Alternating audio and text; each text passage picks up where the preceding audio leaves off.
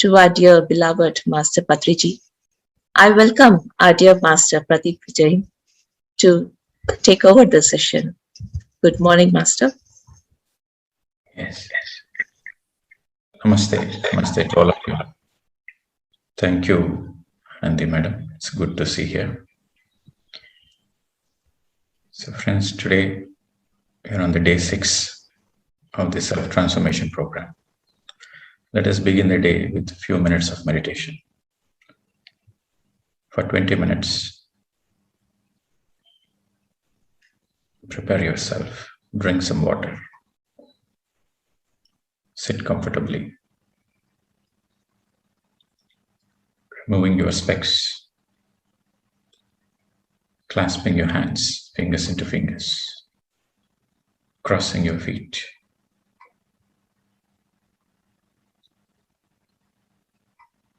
Just being so comfortable with your own physical body. Your shoulders are completely stress-free, relaxed.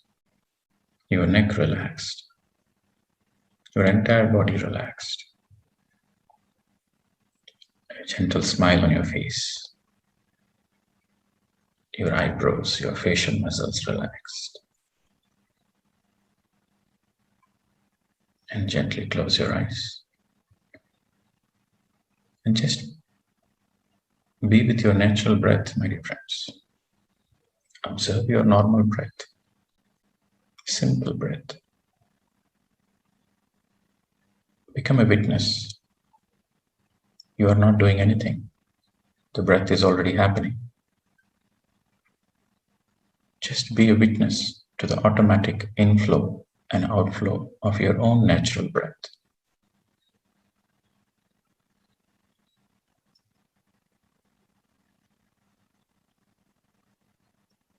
And the moment you notice any thoughts, don't fight with your thoughts. Don't go behind your thoughts. Don't be worried about your thoughts. Simply, immediately come back to your breath. The moment you notice any thoughts, come back to your breath immediately, again and again.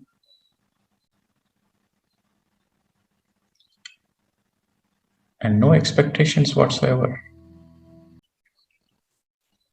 Final 10 seconds.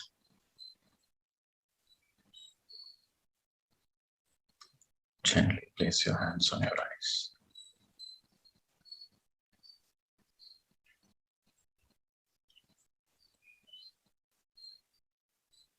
Six, 5, 4, 3, 2, 1, 0.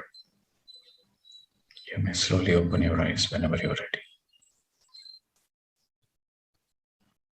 And drink some water. Plenty of water. It's a good practice to drink plenty of water after meditation.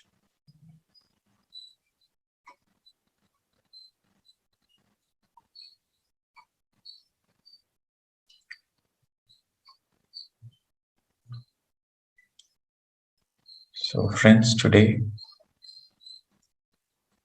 let us discuss about another great master from China, Confucius. We'll go into his teachings. We'll try to understand his teachings. Unless we listen to masters, we cannot become masters. Unless we try to understand the great teachers, we cannot become teachers ourselves. We cannot become great teachers. You have to follow great teachers. You have to follow all the enlightened masters of the planet Earth. You have to learn from everybody. Then naturally, we become great masters in our own journey in due course. So today, let us go to the teachings, the enlightened teachings from China, Confucius. I hope you are ready with book and pen. Prepare. It is important you note down and read again and again, refer back again and again. The truth has to be heard multiple times. Then only it gets absorbed into your being. Take note of it, my dear friends.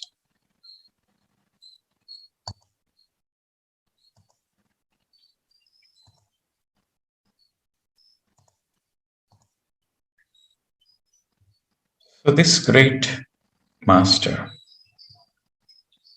this great sage from China, was born around the same time as Gautama Buddha, around 5-6 centuries before Common Era, before Christ. So it was the same time. You see, the beauty is around the same time when Buddha was on the planet Earth in India, Confucius was in China. And it's around the same time Socrates was in Greece. So enlightened masters are born in all the countries, my dear friends. As Bhagavad Gita is to India, the teachings of Confucius is to China.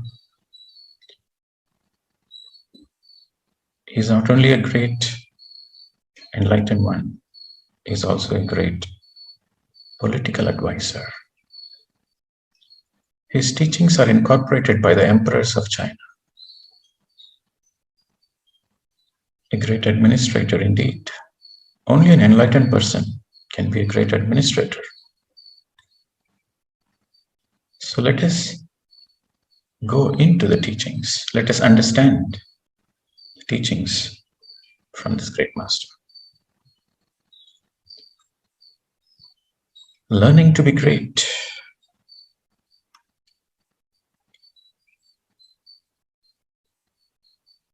Learning to be great.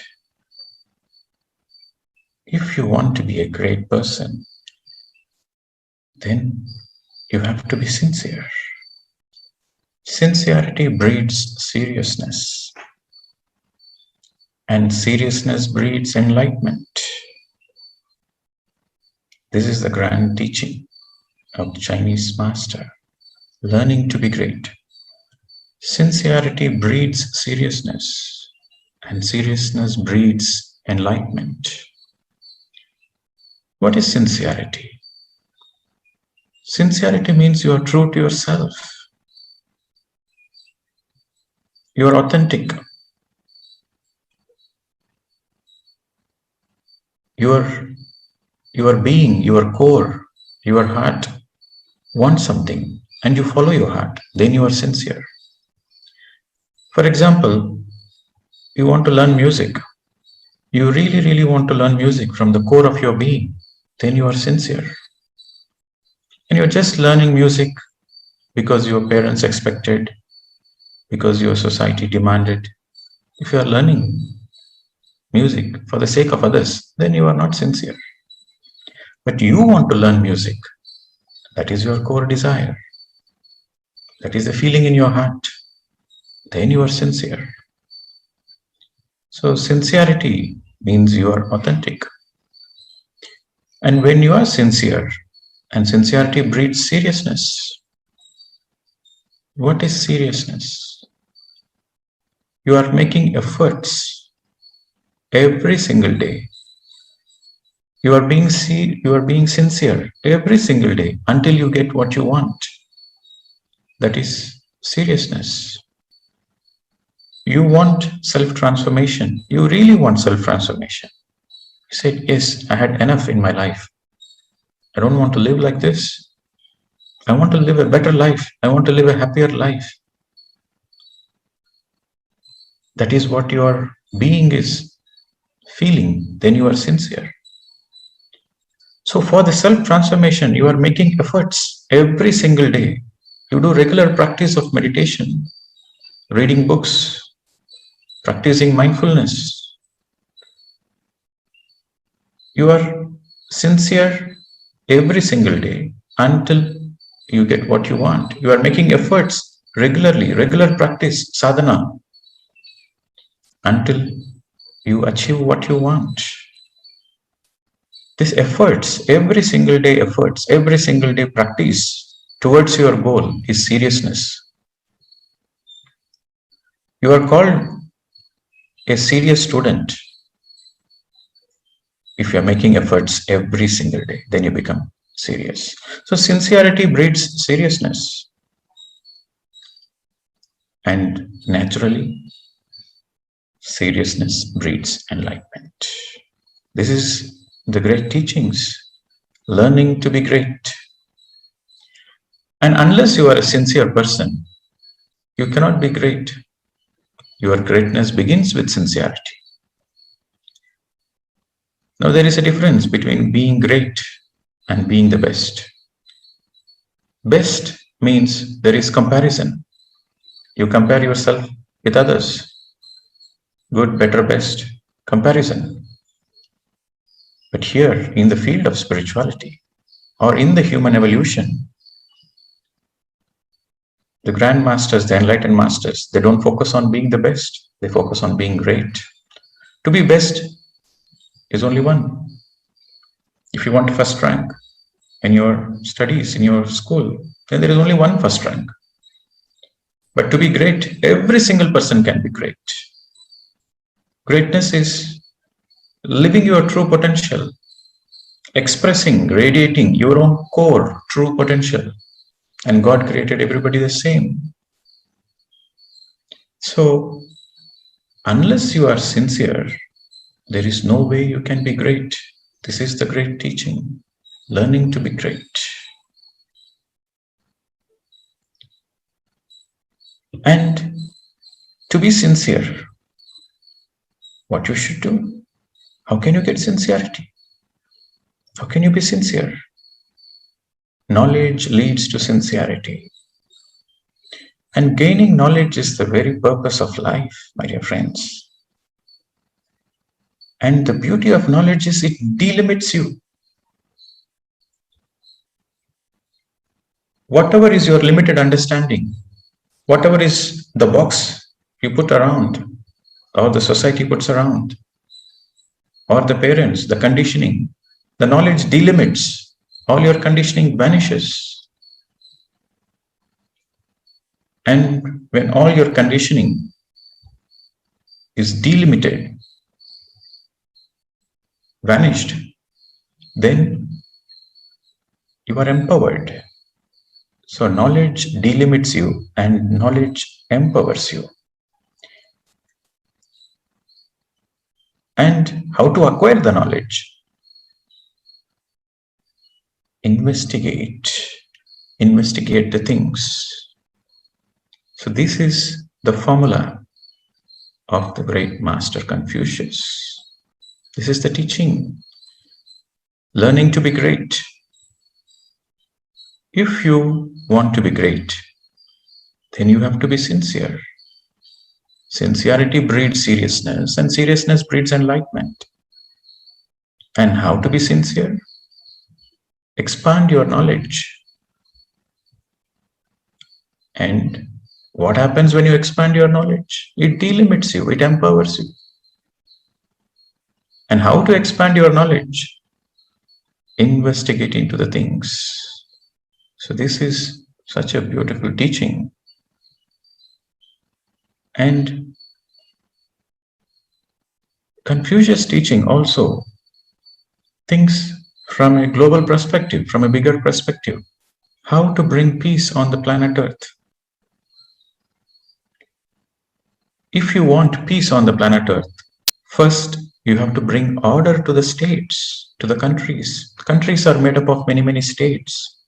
So if you want peace on the entire planet Earth, then you have to first bring order to the states. And before you can bring order to the states, first you have to regulate the families. In the olden days, the families they used to live as tribes, as communities. In today's world, we are living as a nuclear family. But in the olden days, during the time of Confucius, families are nothing but communities, tribe. So before you can bring order to the states, your communities, your tribe has to be regulated. Regulated means there should be harmony. There should be certain understanding and harmony. It should be regulated. And for your families to be regulated, before that, you have to individually cultivate your personal lives. Unless families are nothing but consisting of individuals. So unless the individual personal life is cultivated, there is no way the family is in harmony. So the emphasis is cultivating the personal lives, my dear friends. Some people think, okay, I want to do something to the planet Earth. I want to bring a change to the whole of the planet Earth. To bring the change to the whole of the planet Earth, it begins with you. When you change, it impacts your family. When you transform, it impacts your immediate family members, and it impacts your society, it impacts your community, it impacts the bigger group which you are associated with, and it naturally impacts the states, the country, and eventually the ripple effect goes all across the planet Earth. So the emphasis is on cultivating the personal lives, my dear friends. And what you need to do to cultivate your personal life? First, you have to rectify the mind. We have discussed yesterday. As you think, so you become. If you want a good health, you should have healthy thoughts first. As you think, so you become. Thoughts are very powerful. So your mind has to be rectified first. Unless your mind is rectified, your personal lives cannot be cultivated.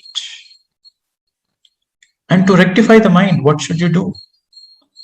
You should make your will sincere. Unless you are a sincere person, you cannot rectify your mind.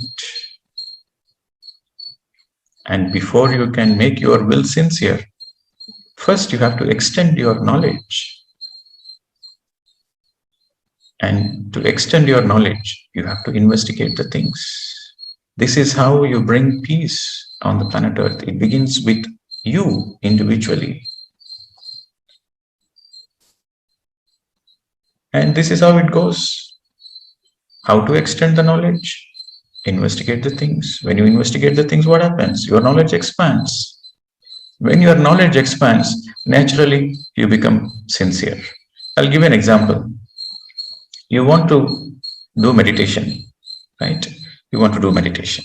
You will be closing your eyes and observing the breath. For example, you are meditating and not reading any books and not listening to other masters. You are just meditating. So you'll be meditating for 1 month, 2 months, 6 months.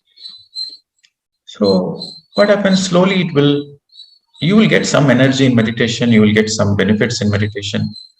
You will experience some transformation out of your practice of meditation.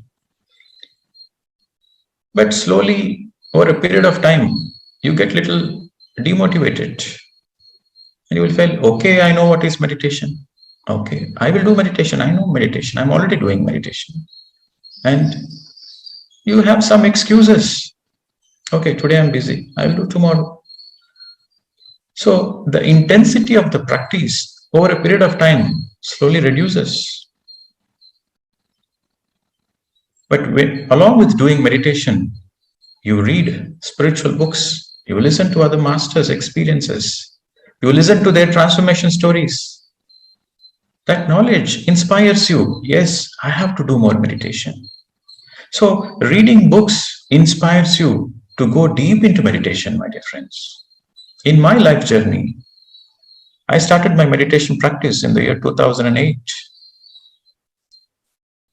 I was so desperate to know myself. I was 25 years by then. I wanted to know right from my childhood. I remember around the age of 3, very beginning, right? Around 2 or 3 years old. I used to ask my mother, who am I? Where did I come from? Why am I born in this family? Why am I not born in the neighbor's family? Where did I come from? How did I come to this earth? How did I come? Where did I come from? Who am I? And what is death? And what happens after death? So where did I come from and where will I go? So these were my questions to my mother as a very small child. And my mother used to say, you came from my tummy. And I used to ask, how did I enter your tummy? He said, this great truth, I don't know. Only yogis know. When you grow up, you will know, but I don't know. So my mother was honest to admit that she don't know. And she also encouraged me that I will definitely know when I grow up. So my main interest, right from my childhood, my core interest was to know before birth, after death, and the purpose of life. Who am I? That was my main interest. And over a period of time, as I'm growing up, then the expectations from the family, from the teachers, from the schools, from the society. So those fundamental questions were always there, but it went into the background. It took the back seat. I was focusing on my studies and education and career. So by the time I was 25 years, I finished my bachelor's of engineering and I finished my master degree in Australia. And I got permanent residency in Australia and I got a job. I was settled. I was so-called successful, settled by the age of 24. So when I got everything in my life, then my childhood questions, the core questions, what I had as a child, came back very strongly. It was a moment I was very terrified that when I look back, I said, I already lived on the planet Earth for 25 years. For 25 years, I already lived, but I don't know anything about myself. Any moment, death might come. And I don't know anything about myself. I don't know where did I come from. I don't know what is my purpose of life. I don't know what will happen after death. So it was shocking. It was shaking my entire being. And I said, no, now I cannot waste any more time. I have lived enough for my parents. I have lived enough for the society. Now I'm going to live for myself. I want to know myself. Without knowing who you are, what is the point of living? You are living in darkness. You don't know anything about you. Then what's the point of living? What's the point of going to job? What's the point of earning money? What's the point of going behind name, fame, wealth, children? What is the point? So I saw life is meaningless without knowing who am I. So my will was so sincere. So I said, it's a do or die. I quit my job. I quit everything. I said, until I know who am I, I'm not going to do anything. So I started intense meditation. So in that search, meditation came in my way. And I was doing meditation. It's a do or die. It's a very sincere. And I was doing intense meditation. And along with that, I was reading spiritual books as recommended by Patriji, pssm. So when I was reading these spiritual books, I noticed my desire to meditate more intensely happened. So my desire to meditate intensely came because of my reading books. The more I read books, my knowledge is getting expanded. The more my knowledge is getting expanded, the more I become sincere. And I put in more efforts. I was practicing regularly, 6 hours, 7 hours, 8 hours, 10 hours per day. The only thing I was doing during that time, 2008, 2009, 2010, I was in Australia at the time. So those 2.5 years, I was doing only meditation, reading books, intense sadhana. Nothing else mattered to me. I became a hermit. I was cut off to the outside world. So this is a great truth, my dear friends. If you want to make your will more sincere, then you have to expand your knowledge. The more you expand your knowledge, more naturally your will becomes sincere.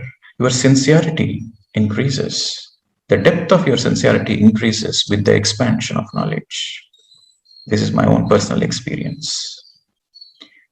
And what happens when your will becomes sincere? Then you will do more sadhana. You will do more meditation. And when you do more meditation, naturally your mind is rectified. Meditation What is the goal of meditation? What is the purpose of meditation? What is the definition of meditation? Is to empty your mind. The more you empty your mind, the more you observe the breath, the mind gets naturally emptied. You don't empty the mind, you just observe the breath, but the mind naturally gets empty. When the mind gets empty, then the mind is rectified. All the negativity, all the disastrous, negative thoughts, thinking patterns goes away. The mind is rectified. When the mind is rectified, then your personal lives are cultivated. You become a beautiful person. Your personal lives are cultivated. Your individual personal life is perfected. You become a beautiful person. A person of love, a person of friendship, a person of oneness, a person of compassion, a person of kindness. So your personal life naturally gets cultivated. And you impact your families, you impact naturally, you become an inspiration to the people around you. So there is certain harmony in your family. You understand, there is a certain understanding which comes naturally around you. So your families are in harmony, your families are regulated. And naturally, when your families are happy, all the families put together is nothing but a state. So then eventually it impacts the states, and naturally there will be peace on the planet Earth. So this is a great teaching of Confucius. So the emphasis here is on cultivating the individual personal lives, devoting time for meditation, reading more and more books, and contemplating. This is very, very important. Every day you should contemplate what is nitya, what is anitya, what is permanent, what is temporary. For example, you are earning money. You are putting all your time to earn money. And once you vacate the body, you cannot take a single penny. You see, there are two kinds of accounts. One is temporary account, two kinds of bank accounts. One is temporary account, another is permanent account. The temporary account is something which you have physically on the planet Earth, which is temporary. You cannot take it. You cannot take a single penny when you vacate the body. That is temporary account. And then there is a permanent account. The permanent account is something which you carry with you.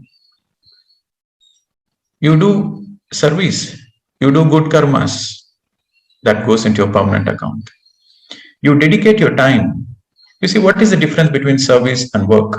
For work, you have to spend time, efforts, energy. To do service also, you have to spend time, efforts, energy.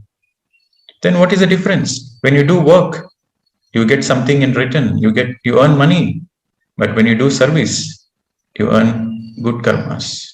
So the money goes to the temporary account, but your good karmas goes to your permanent account. It is with you. In any lokas you go, in any worlds you travel, that is always with you.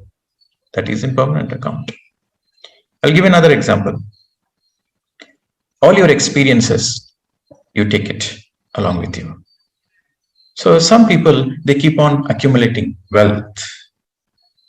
They already have a house. They already have some investments for emergency, but still they keep on accumulating more wealth, more houses, more property, more investment.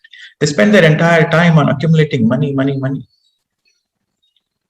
They don't have time to even to enjoy that money to the fullest, but rather you just earn whatever is needed, and you spend the money to learn music. You spend the money to enjoy the nature, to travel, to explore, to go around the world, to explore different countries, different cultures. There is a great learning. There is a great learning when you travel, meet the people. So that experience of enjoying the beauty, that experience of learning the music and learning the art, so that goes into your permanent account. That is permanent. So contemplating what is temporary, what is permanent. This body is temporary. My family, my children, my wealth, everything is temporary. What is permanent? The soul is permanent. The self is permanent. The experiences the self gathers is permanent.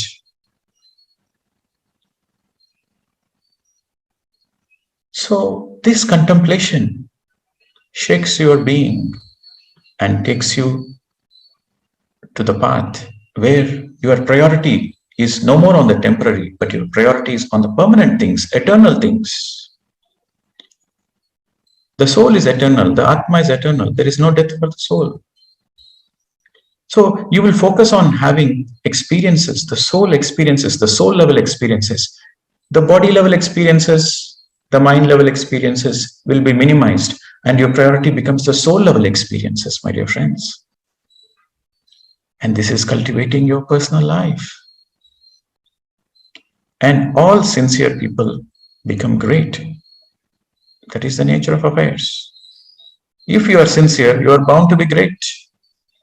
And all insincere people, they languish in their ordinariness. They never become great.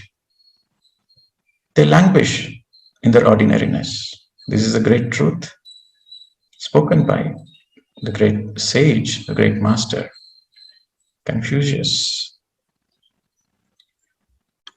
So friends, with this great understanding, you see the emphasis on sincerity. Unless you are sincere, you cannot cultivate your personal life. Sincerity breeds seriousness, and seriousness breeds enlightenment. Anything, whether it is in the physical, materialistic, or spiritual, in any field, unless you are sincere, you cannot be great in that particular field. If you are not sincere towards your business, you cannot earn money. You cannot be a successful businessman. Similarly, if you are not sincere in practicing your sport, your game, then you cannot be a great player. The same way, if you are not sincere towards your sadhana, towards your meditation practice, towards your self-mastery, if you are not sincere towards your self-mastery, you cannot be a great master. Underline the word, unless you are sincere, you cannot be great. You cannot achieve what you want. This is the truth, whether you like it or not. And the deeper you understand it, the greater you are helping yourself. So we have to learn from every master. And whenever you remember Confucius, you remember sincerity breeds seriousness, and seriousness breeds enlightenment. The teaching of learning to be great. Okay, my dear friends. So now we will take some questions and we'll try to integrate more things. And tomorrow I will explain you the art of silence, the Mouna. Tomorrow I'll go in detail explaining about silence, how to practice silence, what is the art of silence, so that on the weekend, Saturday, Sunday, you will be practicing silence as part of the self-transformation. Silence is very, very important spiritual sadhana. It's a very important practice. All the religions, all the great religions, all the great teachings, emphasis on silence. Okay. So let us go into some wisdom, question answers, Sajjana Sangatya now. And please be precise with your question, straight to the point. Okay. Shailaja.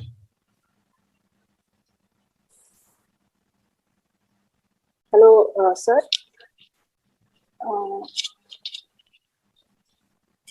So sometimes in meditation, I feel that there is a distance between me and my breathing. So I have to find my nose and then I come back to my breathing. So what is this happening and how to stop this? It is very natural, normal. In the beginning, you are aware of your breath and you are aware of your thoughts. That is the first stage. And in the second stage, slowly, your thoughts disappear. When there is only breath. There are no thoughts and there is only breath. You notice very little thoughts and you notice your breath. That is the second stage. In the third stage, the thoughts are not there and you cannot feel your breath. The breath is also not there. So that is the third stage. Okay. So it is very natural in meditation. And you get into the meditative state. It is Nirmal Sthiti. Nirmal Sthiti means there is a stillness where there are no thoughts, there is no breath, there is only witness, there is only pure awareness. You cannot feel your breath, you cannot feel your body, you cannot feel anything, but there is only pure awareness. That is Nirmal Sthiti. So that is very natural outcome of meditation. So you are in the right path. Continue. Don't be worried. Some people, they cannot feel breath, so they get a little bit shaken and they try to feel the breath and they try to feel their body. Yeah, I also do the same thing. I try to come back to my... Yeah, you don't need to do that. Just enjoy that. Enjoy that witness. Enjoy that awareness. Okay. When you try to get back, that means you are getting back to the body consciousness. Yes, I need to find my nodes by sensing the sensation of air. No, you don't need to do that. Your awareness should go beyond the body. It should go beyond the mind and intellect. Then only your awareness is on the self, on the soul. When your awareness is on the soul, then you understand yourself. You know yourself. You realize yourself. That is self-realization. Okay. So you don't need to be worried. Continue the practice. You are doing the right thing. You are in the right path. You don't need to come back. You don't need to come back and start feeling the body. No, just enjoy that witness. It is in a very natural state of affairs that your breath disappears. Your breath initially, first your breath is long breath, and then it becomes shorter, shorter, shorter, Yes. and finally you cannot feel your breath. Yes. That is very natural. You are progressing in meditation, madam. Continue. So one day what happened, I was in the garden and I was meditating, and I was like I was not feeling my body. I was not in the consciousness of the body, but I was hearing, like I was watching everybody. I was hearing everybody's voices, and I was like thinking. So I thought I'm thinking. So I'm in the mind conscious. I thought like I'm in a mind state. No, that is awareness. That is not thinking. That is awareness. That is witnessing. Okay. You are becoming aware of your surroundings. That's all. Okay. Right. Thank you. Right. So you are from Canada. So people who are asking you, please introduce where you are from, and then you ask the question. Thank you. Yes. All right. Mouna. Hi, hi Pradeep. Hi everyone. My name is Mouna and I am from Malaysia. I have 4 short questions, and my first question. One by one. Yes, one by one.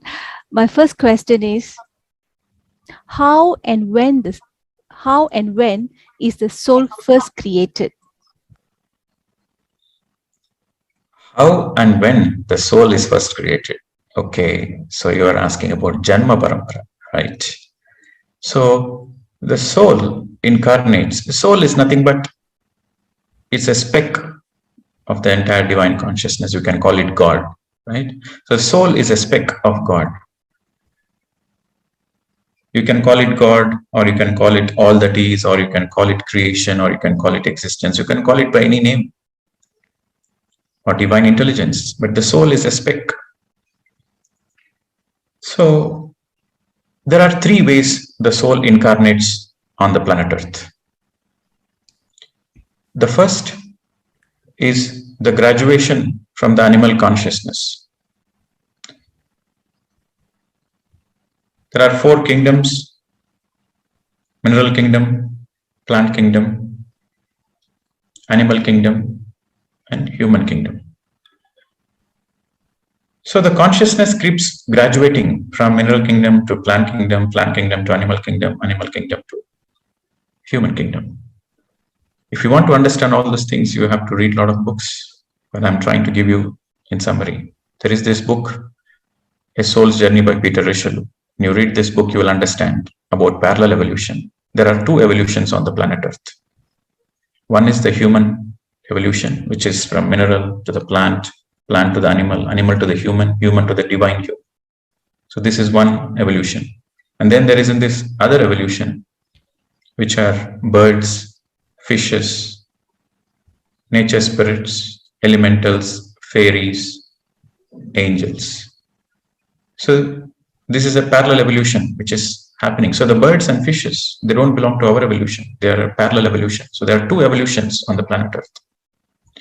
So we are focusing on the human evolution at the moment. So there is a graduation which happens from the animal. For example, the final lifetimes of certain animals, example of elephant, cow, dogs, horses. They are very highly evolved animals. They are very close to the humans. They create certain friendship with the humans. So their next lifetime is almost a human. So this incarnation, for the first time, from the animal souls have group consciousness. They don't have individual consciousness. They have group consciousness. So, but when they graduate, this group consciousness, they graduate into individualized consciousness, which is nothing but a soul, a self. So that is the graduation from an animal to the human. That is one way. That is how the first time the human takes birth. That is one possibility. The other possibility is the humans graduate to divine humans, like enlightened humans. So when the humans graduate to enlightened humans, they go back to the source and they become a co-creator. They become part of the divine. So they place their own speck as a child. Like, when the physical bodies are grown, the reproduction of the babies happens. Right? We give birth to the child when we are adult. Similarly, when the human graduation happens to the divine human, so this enlightened consciousness, this enlightened soul, places a speck of its own, places a baby light speck of its own as a human. So that is the second way. The first is the animals graduating to humans. The second is the enlightened human puts his own speck as a human again. It's his own baby. That is the second way. So whether you have graduated from the animal or whether you have come through the speck of an enlightened one, you are the same. There is absolutely no difference. Once you have taken the human birth, you are absolutely the same. There is absolutely no difference in whatsoever. And there is a third possibility. The humans incarnate. That is, they are called star seeds. They come from other dimension. They come from other realities. They don't belong to Earth. They don't belong to this civilization. They don't belong to this evolution. They are from other dimensions, other star systems, other galaxies. So, but they're on a project work. They come on a mission. So they come, incarnate one lifetime or two lifetimes, and then do the work and go back. So this is the third way the humans incarnate on the planet Earth. Right now on the planet Earth, there is a great shift happening on the planet Earth. There are more and more star beings incarnating on the planet Earth. That's why you see the children, they are so smart, so intelligent. Now, the children who are born now, first it was indigo, rainbow. Now it is crystal. The children are so intelligent, so smart. We have to learn from the children because they are from the other dimension. Most of the beings now, most of the children who are born after 2012, mostly they are from other dimensions, star beings. They have come to raise the consciousness of the planet Earth. Unless you become part of the planet Earth, you cannot help to raise the consciousness. So these are the three ways the humans are incarnated on the planet Earth. So for your question, when is the soul first formed? So these are the three possible ways incarnated on the planet Earth. Okay. It's a very great subject. We have to read a lot of books and do more meditation. Then only you will understand. Okay. But I would suggest focus on knowing yourself. When you know yourself, naturally you will understand the things around you. When you try to understand with the mind, it doesn't help you much. So when you know yourself, see, there are two kinds of enlightenment, linear enlightenment and stellar enlightenment. There are two kinds of enlightenment. The first, everybody goes through linear enlightenment, individual enlightenment. Individual enlightenment, linear enlightenment means understanding everything about you, that I am not the body, I am pure consciousness. You realize, you understand, not theoretically, experientially, you realize yourself. You understand what is this made of, what I am, who am I, what is my purpose of life, where did I come from, what is death, what will happen after death. So you understand everything about yourself, your past lives, your karma, everything you understand about yourself. That is linear enlightenment, individual enlightenment. After you understand everything about yourself, then very naturally you understand the creation. You understand about not only about Earth and its evolution, you will understand about other dimensions. You will understand in the God's creation, there are many dimensions, many stars, many planets. Life doesn't exist only on the planet Earth. Life exists on many levels. Life exists on other star systems. We are not alone. You understand all those grander truth. That is stellar enlightenment. Jesus Christ spoke very clearly, in my Father's kingdom there are many mansions. So he was referring to all the other dimensions, mansions. So when you understand that, that is stellar enlightenment. So Mouna ji, if you want to understand the bigger picture, if you want to go to the stellar enlightenment, that is stellar enlightenment. Your quest to understand the bigger picture is stellar enlightenment. That will happen. But before that, focus on your individual enlightenment. Without individual enlightenment, stellar enlightenment doesn't happen. Or theoretically, you might understand something, but that might mislead you or misguide you. So first, focus on individual enlightenment. Then you become eligible naturally to understand the bigger truth. You understand the creation. Yes. Yes. Thank you. My second question is, where is the location of the soul within us? It's all over. You are the soul. You are the soul. Who is that who is asking the question? You are that you are. You are that you are. Tattvamasi. So it is like your awareness. Wherever is your awareness, you are everywhere. It is not in one location. It is not in the heart. It is not in the mind. Many people think soul is inside the body. No. The body is in the soul. Okay. This is a revelation for me. I always thought that it's somewhere located. Okay. My third question. I've come across this terminology of overself, triune self, higher self. Is this all the same as infinite universal consciousness? Do they mean the same? Okay, so our soul is primarily in the causal planes. Okay, so that is our home. Our soul is primarily in the base of the soul. The soul resides in the causal plane. Okay, so we have many planes. Physical plane, astral plane, mental plane, causal plane, supracausal planes. We have many planes, many dimensions. So the soul is based in the causal plane. Only a small portion of the soul, for example, the soul is nothing but energy. We are energy beings. We are consciousness. We are energy beings. So, for example, 100% energy is in the causal plane. The 100% doesn't incarnate. If the 100% incarnates, then it is a perfect soul. It is a perfect being. Once you are perfect, there is no possibility to learn anything. Your very purpose you are incarnating on the planet Earth is to learn, is for great learning. So, if 100% energy comes, then you are a perfect master. Then there is no possibility of growth. There is no possibility of learning. When you are perfect, if you know already everything, then what is there to learn? So, the soul doesn't come 100%. Maximum around 25 to 35% of the energy comes as incarnation each lifetime. If it is a very evolved soul, then only 15% comes in. If it is not such an evolved soul, maybe 35% comes in.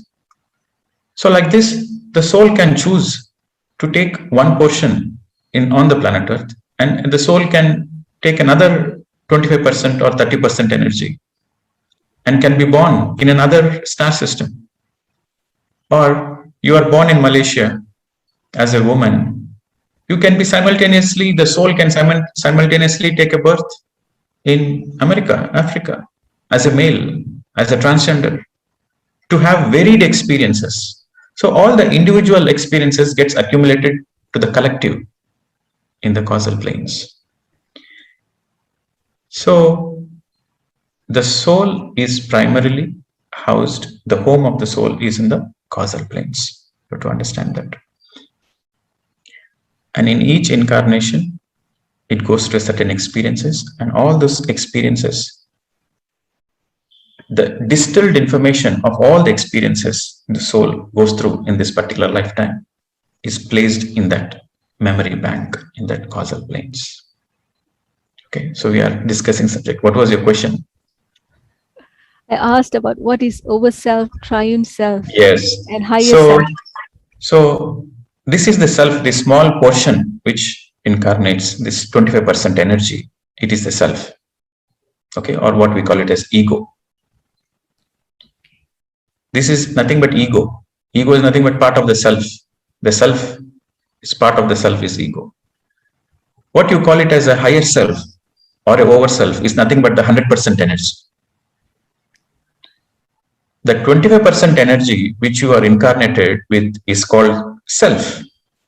The 100% energy which is in the causal plane is called over self or higher self. Okay. So that 25% is that soul. That is what you are experiencing currently, right now, in the planet Earth. Okay. So during meditation, when we close our eyes, connect to the breath, we go beyond the mind and be with the soul. In that, Yes. when is the connection to the higher self takes place? Do we when the observer becomes observed, you experience your higher self. When the observer becomes observed, yesterday somebody was asking this. You are closing your eyes and observing the breath. You are the observer, and the observed is your breath. So as you are practicing this, you are closing the eyes and observing the breath. So you are observing the breath. You are the observer. But you will notice when you're doing this intense sadhana, you notice there is somebody else watching you observing the breath. So you become the observed. So the observer becomes the observed. That is the time you experience your higher self.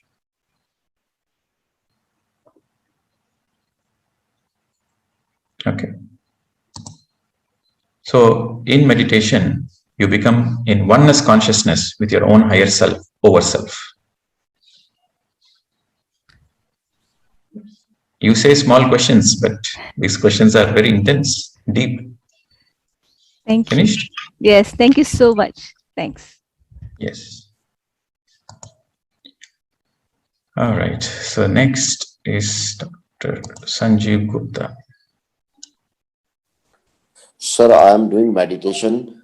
I did a couple of years ago, then my focus was there. But today, in these days, I am trying my focus. My awareness is not on breath. Sometimes I feel that I am taking short breaths, but my focus is not on my breath. I'm very confused and worried. So today's class is sincerity. So you are asking how? You have to be sincere. So unless you are sincere, you cannot go deep into your meditation. I think you asked this question before. I answered you, don't worry about whether it's a short breath or a long breath. Go with your natural breath. Whatever is your natural breath, you witness it.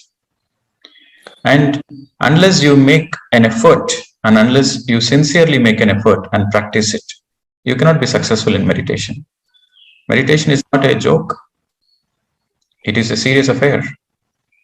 It is your enlightenment. So unless you are sincere, let me complete, sir. Don't interrupt. Don't interrupt, please.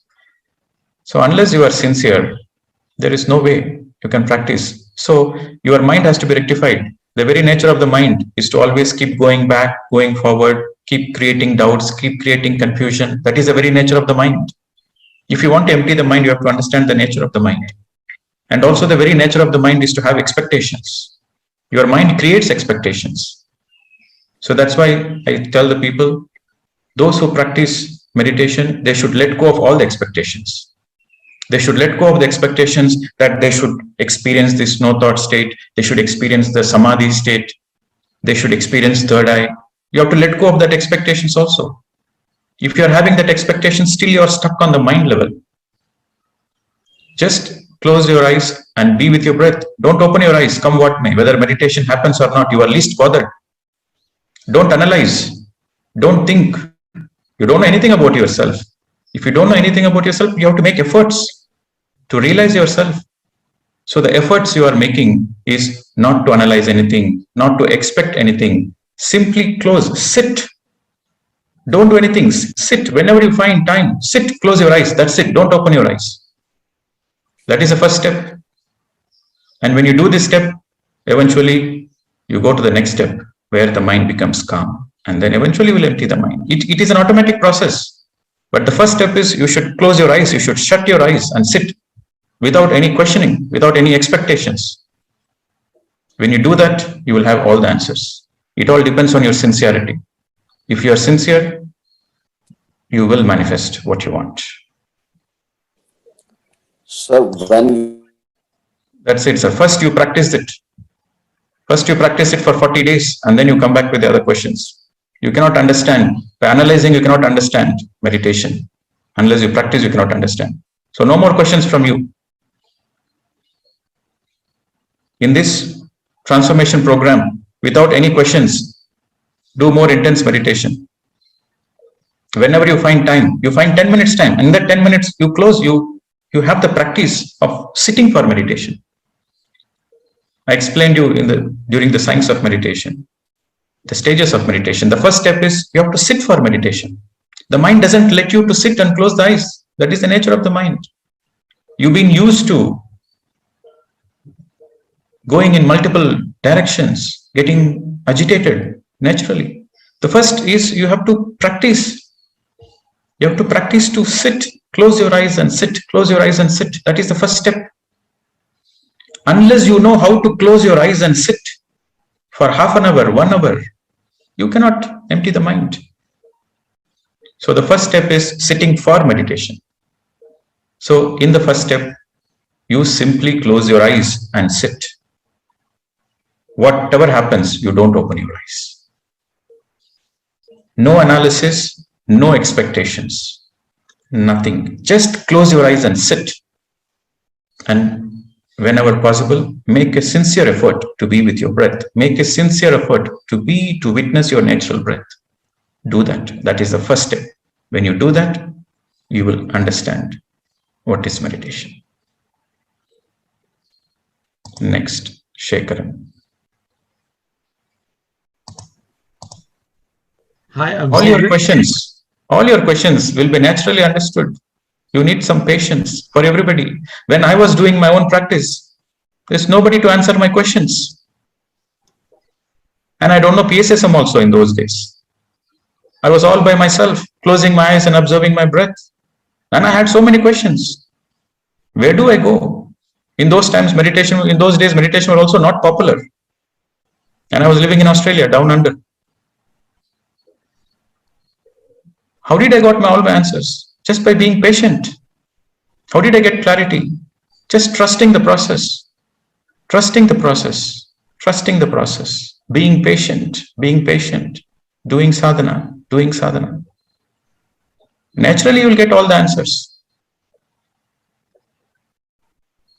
Yes, Shaakahaara, Mr. Shaakahaara ji. Yeah. Morning. I'm from Malaysia, Segra. I'm a teacher. I was reading a book about theta energy. How can I relate theta energy with this meditation? Is it something related or not related?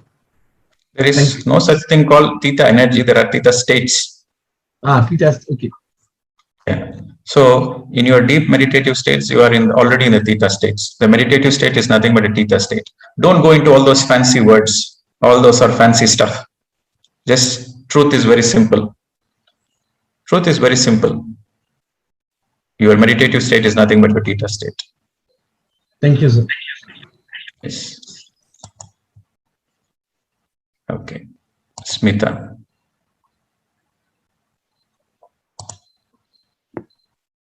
Good morning, sir. Yes, madam. Sir, I'm doing meditation from last 4 months. Where are you from, madam? Yeah, I am Smita Makwana. I'm from Bangalore. Yes. So I'm doing meditation from last 4 months. Started with Buddhavano session from PMC only. And I can see lots of changes in my behavior and I'm feeling happy now. So my question is related to one thing that I am facing problem is with my digestion. Actually, the moment when I started meditation, within a week, my diet is reduced to 1/3. And I'm not feeling weak. I was not feeling weak at all. But I stopped eating and anything I eat, so I was not able to digest it. So I thought maybe some changes are there or some other factors. Now it's been 4 months and still the same thing is happening. So if I eat normal broken wheat or normal plain sattvic food, then I'm able to digest it. But otherwise, chapati, rice also, I'm not able to digest. So is it something related to that, or should I go and consult? Something good is happening in your life, madam. Be happy about it. You don't need to consult any doctors. Okay, your body is becoming sensitive. The more you meditate, your body becomes sensitive. And when your body becomes sensitive, it rejects certain kinds of foods. The foods which are not good for your body, it rejects. And it will accept only that is good for you, for your body and for your growth. Okay, so it happens that when you are doing more and more meditation, you receive more cosmic energy. And when you receive more cosmic energy, you don't need food. Because when I explained about the health, I told you don't need food. I specifically mentioned that you don't need food. Food is only for the taste, for the enjoyment, for the taste buds. So with prana, you are doing more meditation, you are receiving more prana shakti, life force energy. So that's why you don't feel hungry, because you are filled with energy. You don't feel hungry. And that's why your food naturally reduced. So which is a good thing. Okay. So food you eat of the highest quality, but don't focus on the quantity. So you have to be sensitive to your body. Your body, as you are doing more and more meditation, the energy impacts your body cells and your body is becoming sensitive. So follow your body. Be sensitive to your body. When you feel hungry, you eat, or else you don't eat. In my meditation practice, in my beginning days, I used to do a lot of experiment. Because I come from the science background. I never believed in any gurus. I don't believe anybody saying anything. I listen, but unless I do my own experiment, I won't believe it. I won't follow it. I won't trust in it. So I did many experiments in my initial days. So I also felt like I don't need to eat food. So I experimented. Let me see how many days I'm like this. So for 15 days, I was not eating anything, only taking water. No fruits, no juices, only water. I experimented. Still, I was not feeling any hungry. I was still healthy. I used to do all the activities, reading the books. Everything is fine, perfectly fine, full of energy. When you do 8 hours, 10 hours meditation, what will happen? You are in an energy cocoon. You are a ball of energy. You become a ball of energy. So you absolutely don't need food. But later on, I started eating because I wanted to enjoy the taste of the food. Okay. So don't need to worry about it. You don't need to consult any doctor. Okay, madam? Thank you, sir. Thank you so much. All right. Mangal.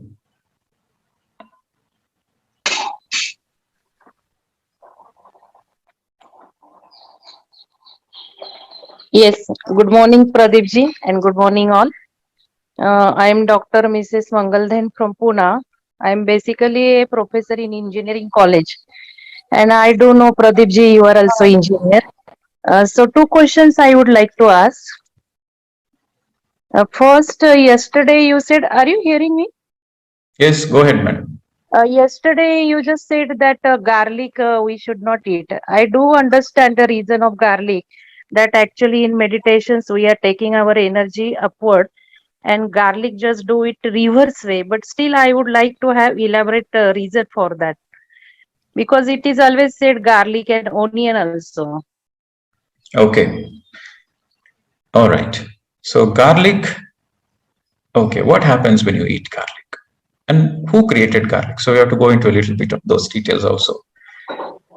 You see, everything on the planet Earth is created by siddhas, yogis, rishis, everything, all the creation, all the plants, the plants, the fruits, the trees, everything is the creation of nature spirits, yogis, rishis. Garlic is created by dark forces. Garlic is created by asuras, rakshasas. They are dark forces, negative forces. Why they created garlic? They created garlic to induce fear, because unless the humanity is in fear, they cannot control the humanity. The fear which will let others overrule you. If you don't have fear energy, you are in nobody's control.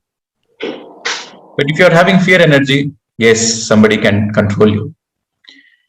So garlic, the very nature of garlic is, it is a spy. Even though it belongs to a vegetable kingdom, but it is actually a spy. What is a spy? A spy is somebody who pretends to be your well-wisher, who pretends to be your savior, but he's from the enemy camp. He's from the enemy camp, but as a disguise in your own camp. He lives in your own camp, but he belongs to the enemy camp. That is a spy.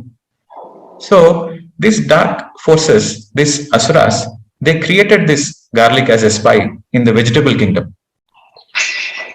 And they have put some good qualities. You see, when will you recruit somebody? When he's really capable, smart, you recruit. But you don't know he's a spy because you think, oh, he's intelligent, he's smart, so we should recruit him. But eventually there is a possibility he is also a spy.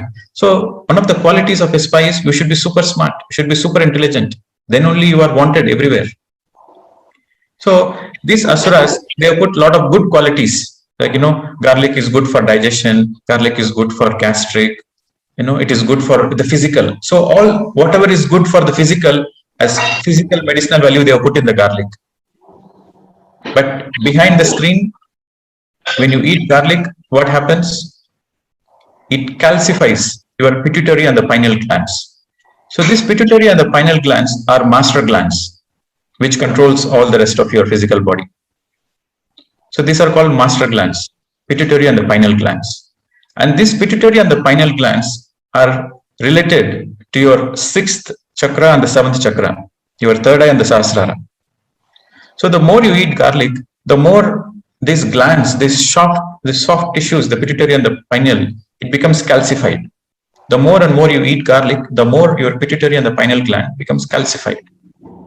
So when the calcification takes place, then the amount of light you receive from your higher self, from the higher dimensions, is minimized. So when the light is minimized, then there is more darkness. So darkness is nothing but fear. So when you eat garlic, your fear increases, your fear consciousness increases. Okay. So basically we have two vibrations, fear-based, love-based. Any thought, any feeling, any action you do in life, they come under these two categories. Either it is fear-based or love-based. What are the examples of fear-based? You take the insurance industry. The entire insurance industry exists because of fear. Just imagine there is no fear. The insurance industry collapses. Okay. Greed. You want to accumulate wealth. You want that is greed. Greedy. People are greedy. They want more and more. Why? Because they are fearful. Something might happen tomorrow. So better accumulate today. Better accumulate today. Maybe my next generation is not capable. So I accumulate today for my next generation also. So that is fear-based. Okay. So this jealousy, anger, you want to be dominant, you want to be the number one. Okay, all these are negative based emotions and feelings and actions. What are love based? Inclusiveness, kindness, compassion, friendship, oneness. These are all love based. So the more you eat garlic, the more you are drifting towards the fear based thoughts, feelings, words, and actions.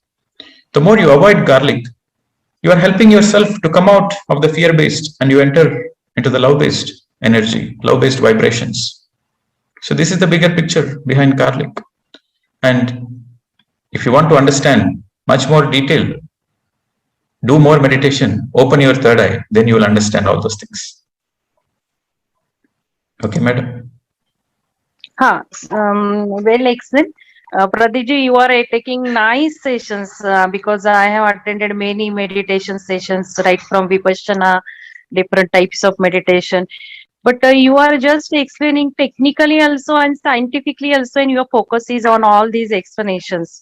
So my second question is somewhat different type of question is there, because in my life I have understood meditation impact, and when I did Vipassana, different types of meditations, I was just started feeling why it is not being taught in the educations right from the beginning, childhood, parenthood, or just in higher educations. So I just started feeling meditation is such a wonderful tool for all our living things and happiness and different aspects, means as well as materialistic and also spiritual gain.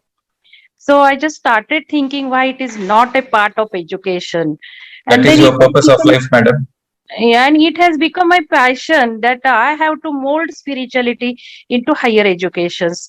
So my second question, how you like to help me being an engineer? And second question is how we can do that, because I have started doing conducting programs like you, especially for engineering college teachers and students. But I would like to know from you how you can help me in my mission. Is it possible to The whole, organize some the program whole, for a the special whole engineering? PSSM, the whole PSSM is there to help everybody who is sincere. So, where there is a will, there is a way. Okay. So definitely, in every possible way, whole PSSM will help you to enable you to reach this message to more people so that more people get enlightened. Okay, Miss, madam? is it possible to organize specially for engineering college teachers and students? Special. Yes, yes, of course. Most of my, see, this is the first time because of this lockdown, I'm addressing the Indian audience, the Indian seekers. My work is outside India. I'm based in Singapore. Right now, I'm in India. But before the lockdown, my teachings were always to the Western world. My main teachings are towards Europe and Asian countries. So I keep traveling all over the world. And wherever I go, the people who invite me, sometimes they are medical colleges and cancer institutes and government bodies. So those people, they invite me. And of course, they invite me because I have a scientific background, and my explanation is not based on the belief, and my teachings are not based on any religion or dogmas. It is scientific and it's my own experience. And of course, I'm part of many research also. So, because of this lockdown, and I had this opportunity to stay in India, and through that, the Zoom and PMCs and all those things are happening. So, you please contact the PMC Valley team. We will discuss how to help you to give all the technical information so that you can reach to the authorities and even to the government. And whether you help in installing pyramids, because I'm fascinated to install Yes, some madam. pyramids Yes, and madam. this. I was also part of the To pyramid whom I research. should contact, to whom I, because I just call a few people, but I could not get right directions. You contact Because the you contact the Pyramid Valley team, and then they will give you. I will tell them. So you will get my number, and then we'll yes, discuss it please, further. This yes. is not the Okay, platform to discuss that. Okay. okay. Thank you, thank you. Thank you. All right, friends. So I think we are shooting the time, and still more hands are getting raised. I'll take one question, just one final question, and then the rest of the questions we'll take it tomorrow. Yes, Rekha.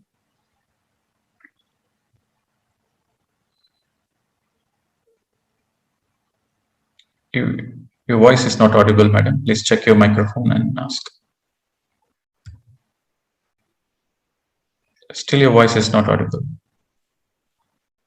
Maybe you remove the headphones and then try to plug it in back. No. Maybe you have to check your microphone and you can ask tomorrow. Okay, it's not audible. Right. So we'll take one last question. Jagan Gupta. Sir, good morning, sir. Yes, sir. Go ahead. Sir, can you hear me, sir? Yes, sir. Go ahead. So this is Jagna Gupta from Andhra Pradesh, sir. I'm living in a small town, sir. I'm continuing to do meditation since 1 year from Corona onwards. Sir, I have a small doubt, sir. When I'm doing my meditation, lot of amount of sweat is releasing from me, sir. Either it is from I am acquiring more energies or sweat is releasing, sir. I have a small doubt, sir. Can you please? So if you want to help yourself, okay, this is for everybody in the process who is practicing meditation, who is sincere. Whatever happens in meditation, it is good and you don't need to be worried about it. Whether sweat is happening or whether you are getting diarrhea, loose motions, having running nose, fever, cold, throat pain. In the beginning of meditation, because of the inflow of a lot of cosmic energy, your body goes through energy realignment process. So during this process of recalibration of the energy, a lot of things happen. Physically, a lot of things happen. Sweating, you might feel cold, you might feel too hot, you get feverish, you feel, if you get running nose or throat pain, or when the system, when your digestive system, if you have eaten too much meat, junk food, a lot of toxins are there, then diarrhea happens. All these things are detox process. It is a result of the meditation. It is a result of receiving the inflow of cosmic energy during the meditation. So for any experience, when you are doing intense meditation, when you are doing sincere meditation, whatever is happening on the body level, don't be worried. It is very natural. And slowly, your body will get recalibrated. It will become more healthy. And everything will come back to normal with a greater force, with a greater health, with a greater vibration. Okay, don't be worried. Continue meditation. Yes, sir. I am continuing meditation, especially during nights, 4 to 5 hours, and in the early morning also 2 hours. I am doing meditation, sir. And one small doubt, sir. What is the meaning of Sahasra Sirsha Dala, sir? Can you? Refer some dictionary, sir. You please ask experiential doubts. Okay, sir. Thank you. Theoretical explanation, you can get it in Google. Thank you, sir. Thank you so much, sir. Yes, thank you. All right, friends. Thank you very much. I hope you enjoyed the session today. So we'll gather again tomorrow, and tomorrow we'll discuss more about the art of silence. We'll discuss about Mouna, and you will be practicing it on the weekend. And I hope you are keeping a journal, writing down all your experiences every day, all your experiments every day before going to bed. And I hope you are following the diet also, 2 meals a day, and eat only according to your hunger. Don't eat stomach full. Some little amount of space in your stomach should be always empty. You should feel your hunger. Then only you can enjoy your next meal. And showers, multiple showers. Okay, and mindfulness is very, very important. In the beginning, mindfulness is a challenge for everybody. But practice makes a man or a woman perfect. So practice mindfulness when you're cooking, practice mindfulness when you're eating, practice mindfulness when you're showering, practice mindfulness in every act you do. So mindfulness and meditation is going to help you to elevate your consciousness and to experience your own true potential. And that is enlightenment. Okay, friends, thank you very much. Sab logon ka namaskar, dhanyawad. We'll see you tomorrow. Thank you. Thank you, Master Pradeep. It was a wonderful session with the great learnings from Confucius to the question and answers which you took today. Thank you very much. So, dear Masters, let us all meet tomorrow morning at 6 a.m. again Namaste and welcome to you all again for tomorrow. Thank you all.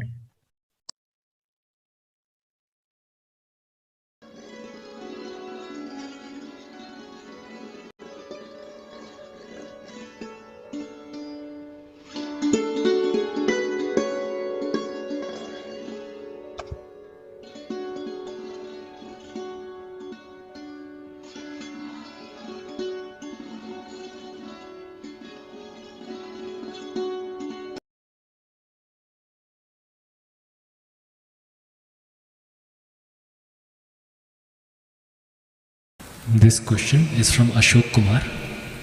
Namaskaram Sadhguru.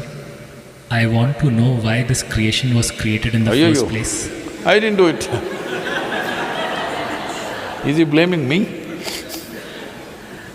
And also why the one who's created is not even given the liberty to know the nature of its own